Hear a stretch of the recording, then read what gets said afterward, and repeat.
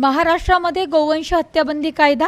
अहिल्यानगर जिल्ह्यातील एमआयएमच्या जिल्हा अध्यक्षकांनी केली आहे मोठी मागणी. महाराष्ट्रामध्ये गोवंश हत्याबंदी कायदा लागू करून त्याची अंमलबजावणी करण्यात आली. जो व्यक्ती गोवंशी वाहतूक करत असाल किंवा जनावरांची कत्तल करत असेल ते दोषी आहे. त्यांच्यावर कारवाई होत असताना जागोजागी दिसत आहे. परंतु जो गाय व त्याचा वासरू विकत असेल मग तो कोणत्याही परिस्थितीत असो त्याच्यावर कोणतीही प्रकारची कारवाई होत नसल्याने गोवंश ही सर्रासपणे बाजारात विकली जाते. एकीकडे गोवंश हत्याबंदी कायद्याची अंमलबजावणी करायची व दुसरीकडे बाजारात विकण्यास प्रतिबंध नाही. याचा अर्थ की राज्यात गुटखाबंदी कायदा आहे परंतु त्याचे कंपनीला निर्यात करण्याची कोणतीही बंदी नाही. गोवंश हत्या पूर्णपणे रोखण्याची असेल तर गोवंश विक्रीवर सुद्धा बंदी आणावी लागेल. जर कायद्यात बदल करून गोवंश विकणाऱ्यांवर कायदेशीर कारवाईचे तरतूद केली तर मग गाय आणि गोवंश विकणे बाजारात बंद होईल. त्यामुळे गोवंश हत्या हे 100% थांबेल. यासाठी सरकारने पुढाकार घ्यावा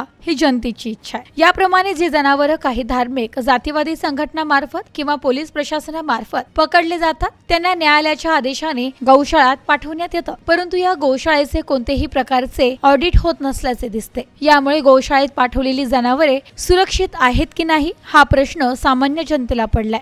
कारण काही दिवसांपूर्वी बीड जिल्ह्यातून जनावरे पकडून त्याला गोशाळेत पाठवण्यात आलं होतं. जेव्हा त्या व्यक्तीने न्यायालयाच्या आदेशाने गोशाळेतून आपले जनावरे सुटका करून घेण्यास गेला तेव्हा त्याला मोठा धक्का बसला. जे जनावरे त्यांनी पकडण्यात आली होती त्यापैकी एकही जनावर तेथे नव्हते. त्याऐवजी त्याला दुसरे जनावर गोशाळेतील लोकांनी त्याला दिले. याचा अर्थ पकडलेले जनावरे कोणत्या ना कोणत्या मार्गाने शाळेतून गायब झाले किंवा गायब करण्यात आले. तसेच गोशाळेत जेव्हा सर्व सुविधा पुरवण्यात येते तर तिथे जनावरांचे मृत्यू होण्याचे कारण काय आणि मृत्यूचे प्रमाण किती. न्यायालयाचे आदेश झाल्यानंतर खरंच संबंधित व्यक्तीला त्याची पकडलेली जनावरे दिली जाते का, त्याला दम देऊन दुसरे जनावरे त्याच्या गळ्यात मारले जाते. दोन्ही विषय खूप महत्त्वाचे असून भारतीय बहुसंख्य नागरिकांना आस्थेशी जुळलेले आहे.